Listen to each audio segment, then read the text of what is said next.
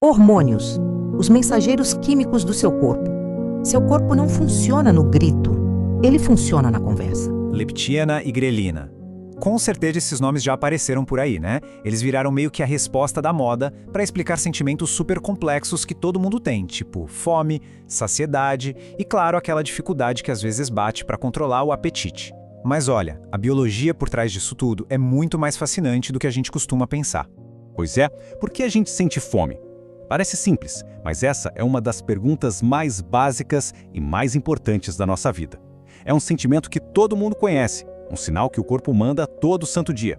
Mas o que realmente acontece nos bastidores dessa sensação? Então, para a gente entender essa história, a gente precisa conhecer os dois personagens principais, a grelina e a leptina.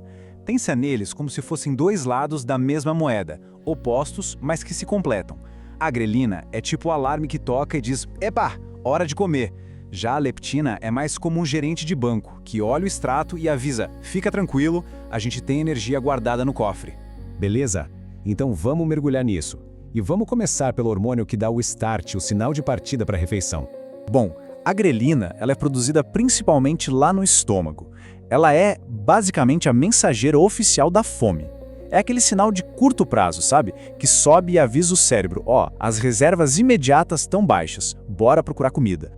E o mais legal é a dinâmica dela. A grelina age muito rápido. Os níveis dela sobem quando o estômago está vazio e despencam logo depois que a gente come. É ela que causa aquela sensação urgente, sabe? Aquele impulso de eu preciso comer agora. Certo? Agora vamos para o outro lado da moeda, para a outra metade dessa equação, para entender como o corpo equilibra tudo isso. Vamos conhecer a leptina, a nossa gerente de energia de longo prazo. Diferente da grelina, a leptina não vem do estômago. Ela é liberada pelo nosso tecido de gordura. E o foco dela não é a fome de agora, a fome imediata. A preocupação dela é com o panorama geral, sabe? Ela comunica para o cérebro qual é o nosso estoque de energia para o longo prazo. E a lógica por trás disso é simplesmente genial. A leptina é uma peça-chave num sistema de sobrevivência. Pensa bem, em teoria, quanto mais energia a gente tem guardada, mais leptina é liberada. E isso sinaliza para o cérebro, ok, pode diminuir o apetite. O contrário também vale. Menos energia guardada, menos leptina, mais fome. É um gerenciamento de recursos para o futuro. Tá, mas aí vem a pergunta, né? Se esse sistema é tão inteligente, por que às vezes as coisas saem do controle? A resposta é que esse sistema que foi finamente ajustado ao longo de milênios de evolução, hoje em dia ele vive sob um estresse constante do nosso ambiente moderno. E é exatamente aqui que entra um termo que está super em alta, resistência à leptina. E olha, a ideia não é que seja uma doença, mas sim uma falha de comunicação. É como se a nossa gerente de energia, a leptina, estivesse gritando: os cofres estão cheios, cheios, mas a central de comando lá no cérebro simplesmente não consegue ouvir a mensagem direito. E isso nos leva ao ponto principal de toda essa conversa. Não é sobre um botão quebrado, não se trata de um defeito da pessoa ou de falta de força de vontade. O que a gente está vendo aqui é um sistema biológico que está operando, sobrecarregado. E o que é que causa essa sobrecarga toda? Bom, é basicamente o combo da vida moderna.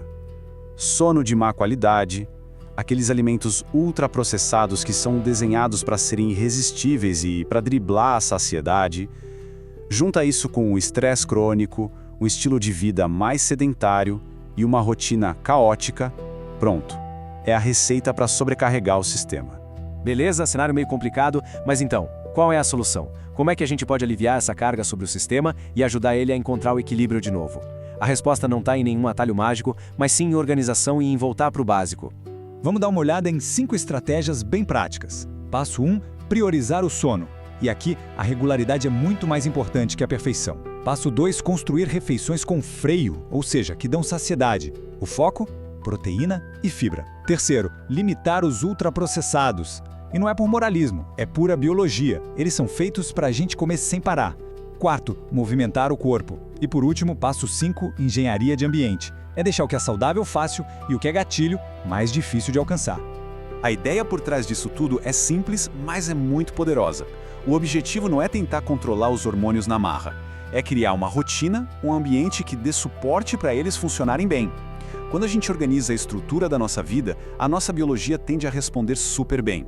E essa é a grande mensagem que amarra tudo. Não existe hackear a leptina e a grelina. A gente organiza a vida e eles respondem. O verdadeiro poder está em organizar os pilares da nossa rotina: sono, comida, movimento e o nosso ambiente. Os hormônios são a consequência dessas ações e não o ponto de partida. Isso tudo, claro, nos deixa com uma reflexão. Grelina e leptina são peças cruciais desse quebra-cabeça, sem dúvida, mas o nosso apetite, ele é muito mais complexo. É influenciado por emoções, pela nossa cultura, por hábitos. Então fica a pergunta no ar: o que mais, além da biologia, molda essa sensação tão fundamental na nossa vida? Nova temporada no Datando a Ciência. O canal que leva a vanguarda científica até você.